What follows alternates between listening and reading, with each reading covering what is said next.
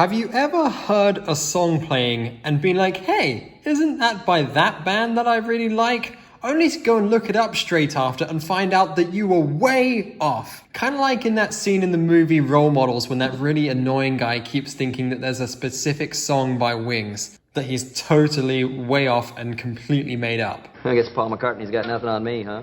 Love, take me down to the streets. It's not a Wings song. Yeah, it's one of their hits from the 70s. I'm not sure which one. It's not.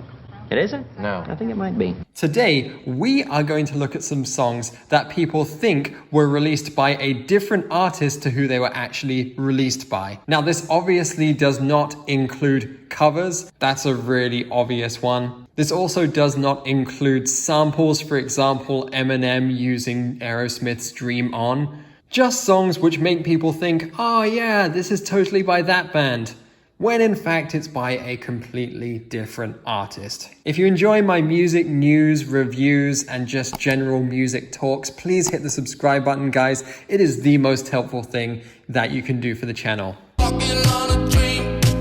Walking on a Dream is by Australian band Empire of the Sun, not American band Igloo and Hartley. Now, both of these bands are electronic pop bands that were doing very well just over a decade ago. They have a slightly similar sound and similar vocals, which is where the confusion mainly comes from. Both of these groups had successful albums. Empire of the Sun had the hit single Walking on a Dream, whilst Igloo and Hartley were mostly known for their single In This City. Empire, however, are still going, whilst Igloo and Hartley created one album and then bounced. I think that was due to creative differences. They have, however, been back together recently for a reunion show and released a new single. But listen to these two songs side by side. Don't they sound a little bit similar?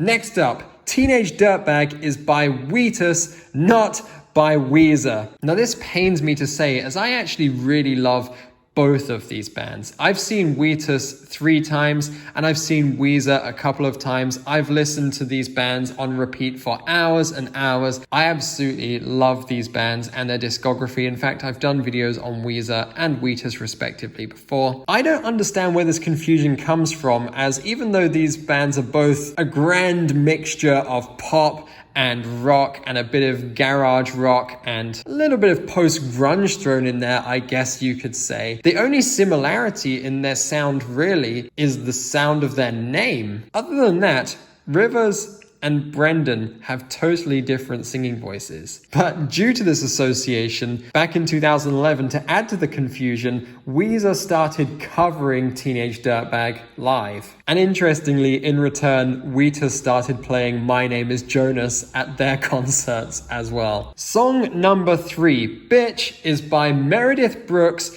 not Alanis Morissette. Now, I actually remember this vividly because I was at college at the time and we had to perform this song. 13 years ago this was, we played this song live for one of our performances whilst I was studying music, and people who came to watch the show were actually saying things after like, oh, you did that Alanis Morissette song. Now, the 90s were prime time for solo singers, particularly female solo singers, who were blending pop, rock, country influences, etc. And this spilled over a little bit into the 2000s, which I can see where the confusion would come from again. So much so, in fact, that reviewers of this song, when it came out, were panning it on the sole basis that it was too similar to Alanis Morissette, almost calling Meredith some kind of wannabe. But she took it in her stride and actually has addressed it in interviews, etc. since. She doesn't seem fazed by it anymore. The song, hilariously lip-synced by Ryan Reynolds in the movie Just Friends, is by the band All For One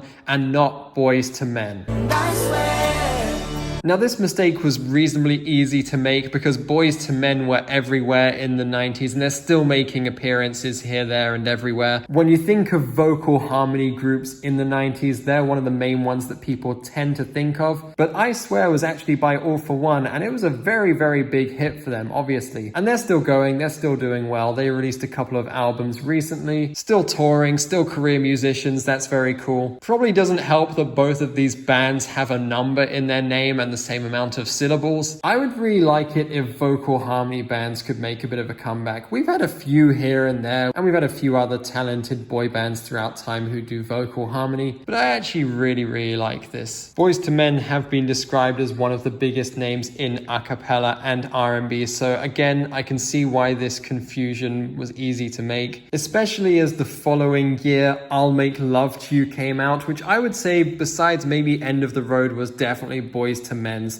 biggest hit. Stacey's Mum was by Fountains of Wayne, not Bowling for Soup, who again, Bowling for Soup saw the funny side of this and went and covered the song. They released their own version of the song simply due to the association. Now, I wouldn't say that the two vocalists in these bands have extremely similar voices, but the music style, the pop punk and pop rock, is pretty similar. And the other thing is, what I really love about Bowling for Soup, and why I want to make a video on them specifically, a whole Bowling for Soup video, they've stayed relevant over the last 20 to 25 years, despite the ever-changing atmosphere that is the pop punk world. Look at pop punk in general. You've got like skater boy pop punk, fun party pop punk, sad boy pop punk, easycore pop punk with breakdowns, etc, etc. The list goes on. Bowling for Soup have stayed relevant because they make these songs which tell a story. Songs like High School Never Ends, 1985, which again, interestingly, was a cover,